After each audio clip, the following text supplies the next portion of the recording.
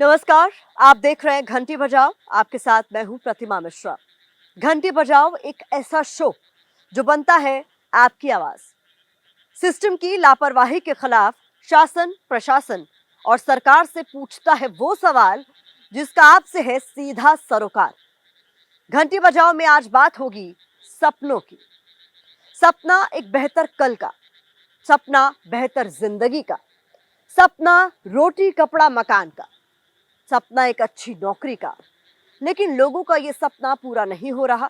इसका सबसे बड़ा गवाह है बिहार, जहां अपने सपनों को पूरा करने के लिए लोग पलायन को मजबूर हैं।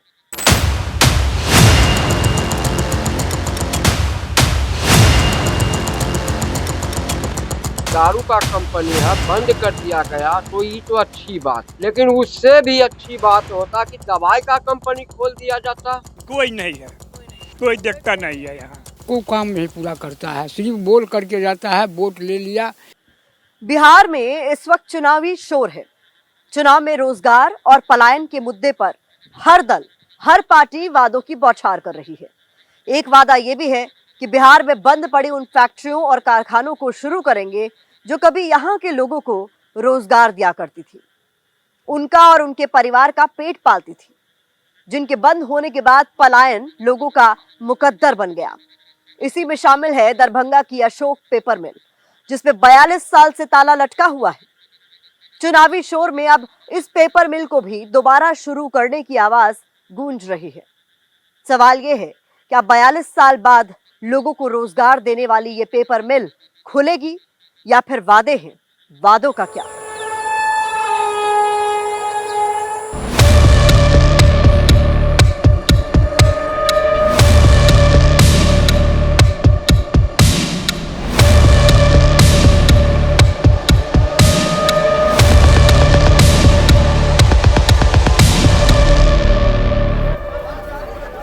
दर्द बेबसी की ये तस्वीर बिहार के उन लाखों लोगों की तकदीर बन चुकी है जो अपनी जिंदगी चलाने के लिए, रोजी रोटी कमाने के लिए घर छोड़ने को मजबूर हैं।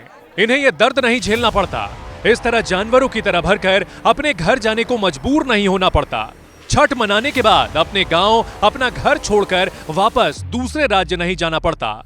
अगर बिहार के नेता इन्हें सिर्फ वोट बैंक नहीं समझते। 24 घंटे बैठे हैं, अभी तक बाथरूम भी नहीं करने गए। डर से पानी भी नहीं पीता हूं उतरने के लिए, जगह भी नहीं है उतरने के लिए इधर। तेजस्वी सत्ता में आएगा तो जो भी बेरोजगार युवा जिसके पास डिग्री है, सबके हाथ नौकरी और रोजगार होगा।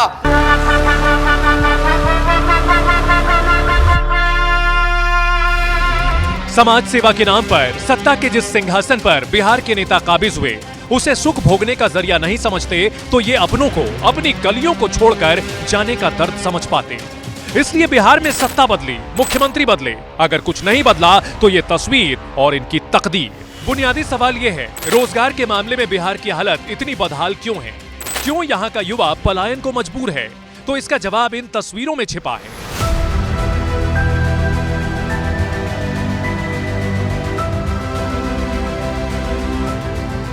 मेरे पीछे तस्वीरों में आप देख रहे हैं उस अशोक पेपर मिल को जो भारत में सबसे उच्चतम क्वालिटी के पेपर के लिए कभी बहुत मशहूर थी।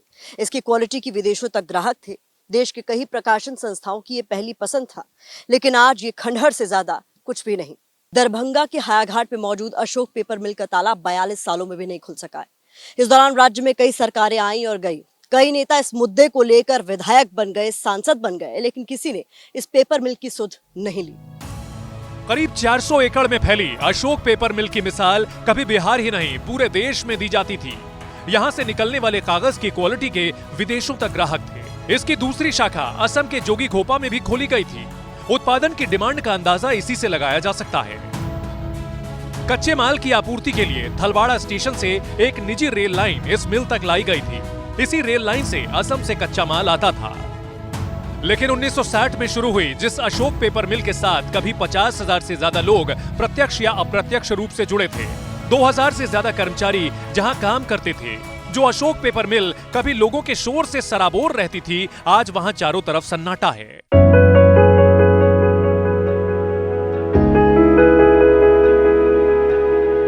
इमारत खंडहर हो चुकी है।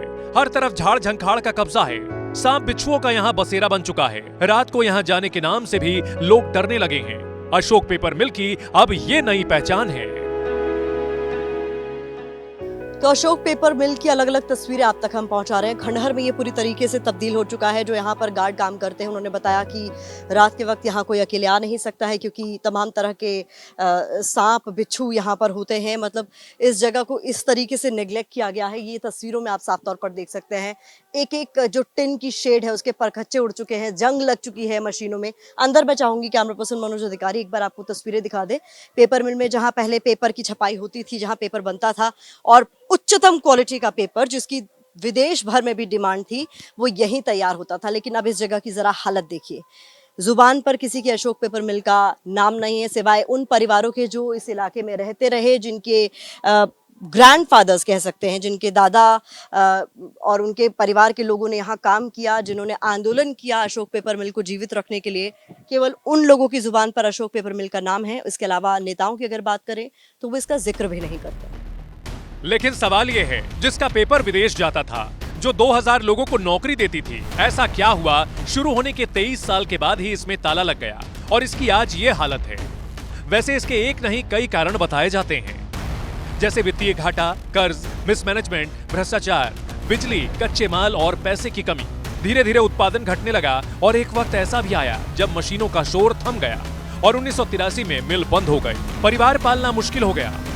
बिहार की जनता दशकों से नेताओं के बयान सुन रही है, जिसमें रोजगार देने और पलायन रोकने के दावे हर दल करता रहा है। लेकिन बिहार की सच्चाई यह है कि यहाँ के उद्योग धंधों की बदहाली के लिए भी ये नेता ही जिम्मेदार है। और ये किसी एक पार्टी या सरकार का काम नहीं है, बल्कि उन तमाम दलों और सरकारों की अनदेखी की जिम्मेदारी है, जिन्होंने कभी इसे चुनावी मुद्दा ही नहीं माना। अब चुनाव सर पर है तो पार्टियां रोजगार का मुद्दा उठा रही हैं, पलायन का मुद्दा उठा रही हैं, लेकिन जिन फैक्ट्रियों से यहाँ के स्थानीय लोगों को रोजगार मिल रहा था उसका जिक्र किसी की भी जुबान पर नहीं है। ये तस्वीरें इसकी बानगी हैं। अशोक पेपर मिल की हालत आप देखिए, खंडहर में तब्दील हो चुका है।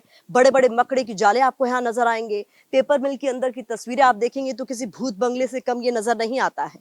लेकिन अपने तमाम मंचों पर जब आपने नेताओं को देखा होगा, क्योंकि बिहार में इस वक्त चुनाव है, तो वो चर्चा करते हैं कि यहाँ के लोगों को वो रोजगार देंगे, यहाँ पलायन एक बहुत बड़ी समस्या है, इससे लोगों को निजात दिलाएंगे।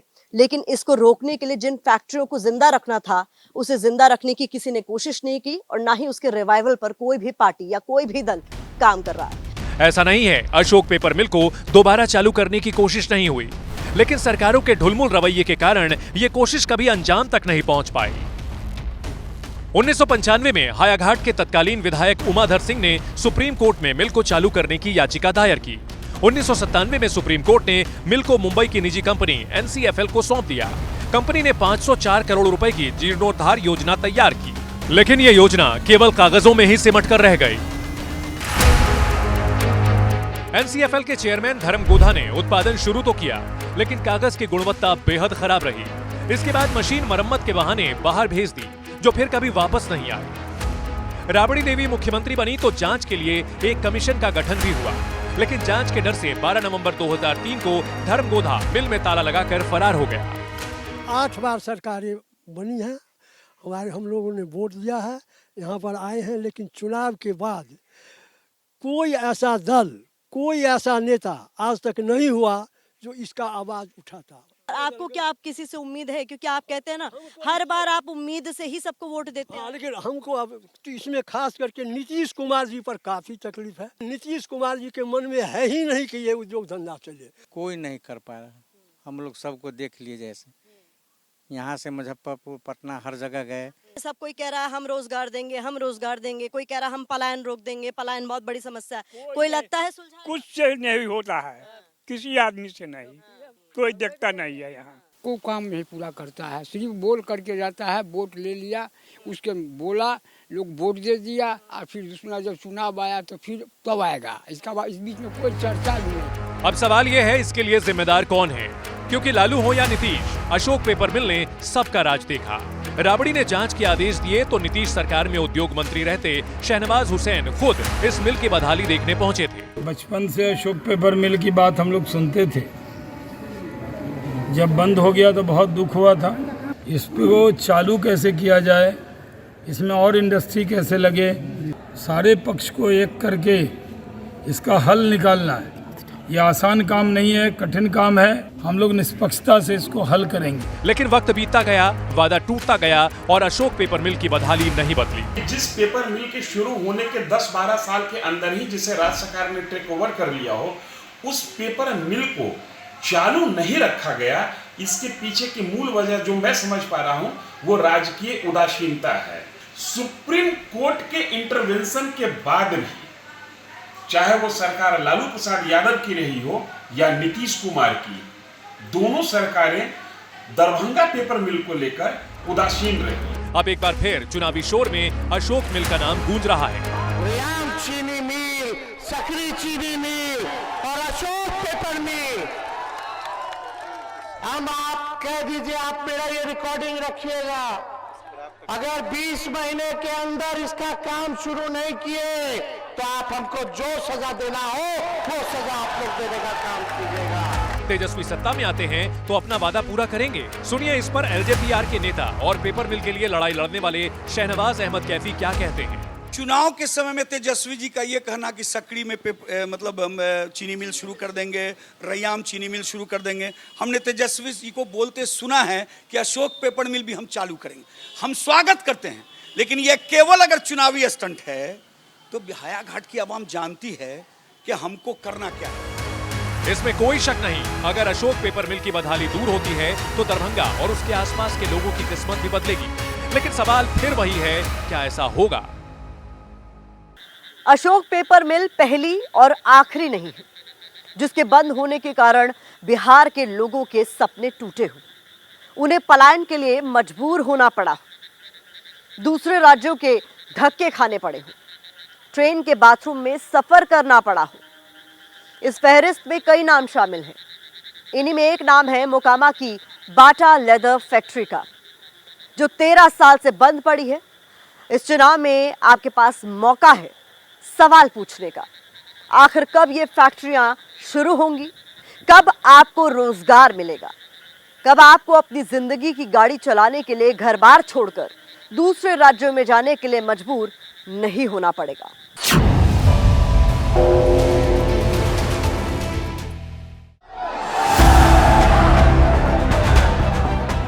मौसम चुनावी है तो कोई रोजगार देने का प्रण ले रहा है, कोई संकल्प। वरिष्ठ नेताओं का अभिनंदन है, वही अभिनंदन है। तेजस्वी यादव बंद पड़ी शुगर मिल से लेकर अशोक पेपर मिल तक को दोबारा चालू करने के लिए बिहार की जनता से एक मौका मांग रहे हैं। तो बीजेपी हर जिले में फैक्ट्री स्थापित करने और 10 नए औद्योगिक पार्क विकसित कर बिहार की अर्थव्यवस्था बढ़ाने का वादा कर रही है।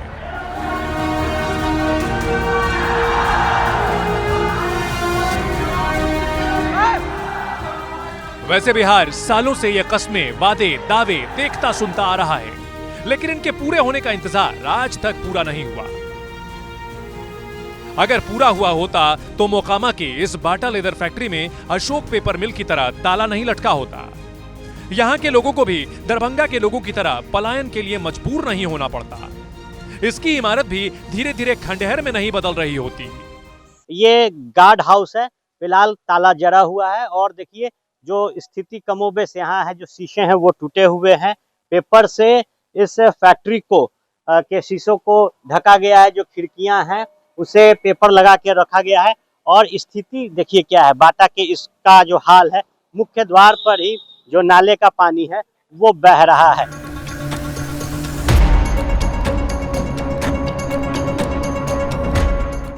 उन्नीस 1940 में शुरू हुई ये फैक्ट्री 2012 तक चली, लेकिन अब ये सिर्फ यहाँ के लोगों की यादों में जिंदा है। लेकिन फैक्ट्री बंद होने के बाद सब बदल गया।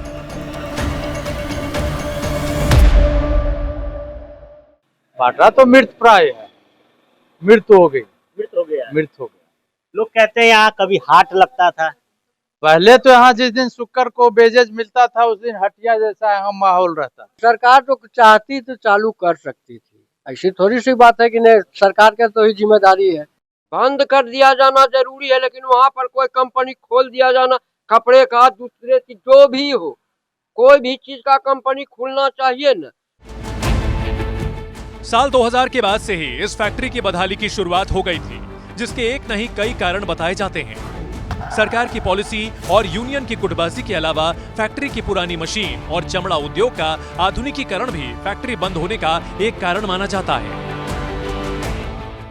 सरकार के यहाँ तो काफी प्रयास तत्कालीन यूनियन ने किया, लेकिन सरकार से जितना सहयोग मिलना चाहिए था वो सहयोग मिला नहीं। सोचिए, जो सरकारें आपके वोट से बनती हैं, आपके लिए काम करने का वादा करती हैं, सत्ता में आते ही कैसे बदल जाती हैं। इसलिए चुनाव के इस शोर में बजाइए घंटी ताकि हुक्मरानों की नींद टूटे, आंख खुले। कभी उद्योग के मामले में मिनी कोलकाता के नाम से मशहूर मोकामा को वही दर्जा दोबारा हासिल हो सके और लोगों को रोजगार मिले।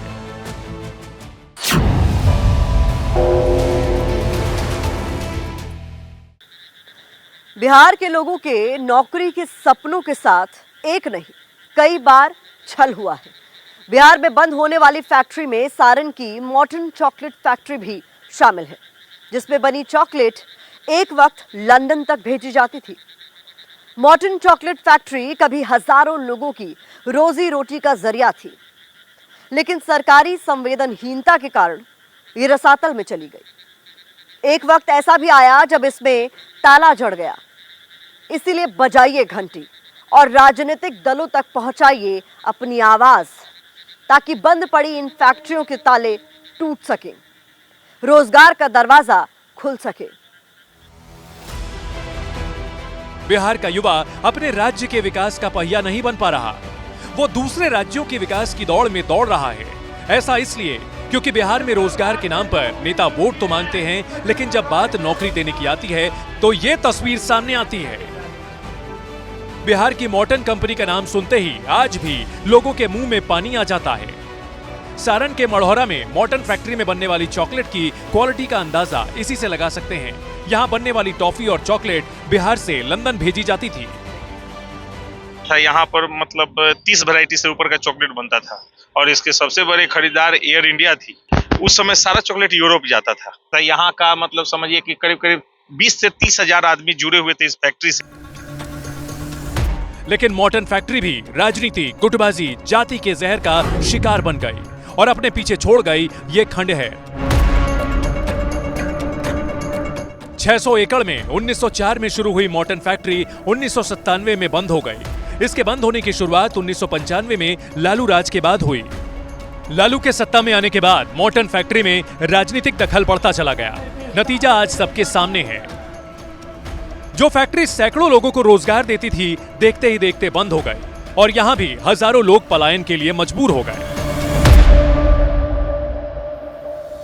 लेकिन हैरत की बात यह है, मोकामा की बाटा लेदर फैक्ट्री की तरह मॉर्टन फैक्ट्री के लिए भी नीतीश सरकार ने कोई काम नहीं किया। ना इसे दोबारा शुरू करने की कोशिश हुई, ना इसकी जगह कोई दूसरी फैक्ट्री ही लगाई गई।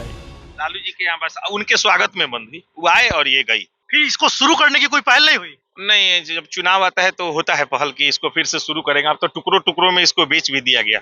पलायन के मामले में उत्तर प्रदेश के बाद बिहार का नंबर आता है। साल 2020 की इंस्टीट्यूट ऑफ पॉपुलेशन साइंस की रिपोर्ट बताती है बिहार के 50% परिवारों के लोग पलायन कर चुके हैं। 1951 से 1961 के बीच बिहार में पलायन का आंकड़ा 4% था। 1971 से 1981 के बीच ये 2%, 1981 से 1991 के बीच 2.89% और 2001 से 2011 के बीच ये आंकड़ा 7.16% पहुंच गया।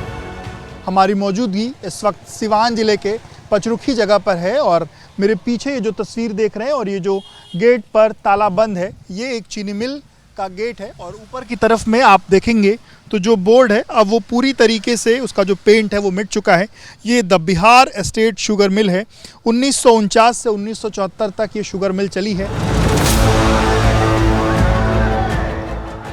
बिहार के लोगों के पास इस बार मौका है इस तस्वीर को और अपनी तकदीर को बदलने का। ऐसा उनके एक वोट से हो सकता है। अब बिहार के लोगों को सोचना है, उन्हें अपने राज्य में फैक्ट्री चाहिए, रोजगार चाहिए, या फिर उन्हें एक बार फिर जाति धर्म के फेर में फंसकर पलायन का दर्द सहना है।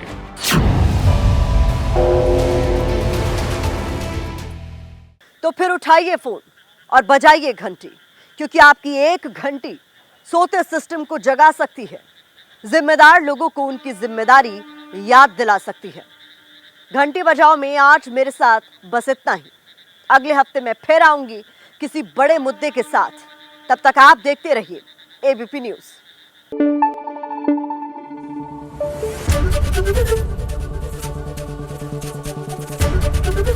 एबीपी न्यूज आपको रखे आगे।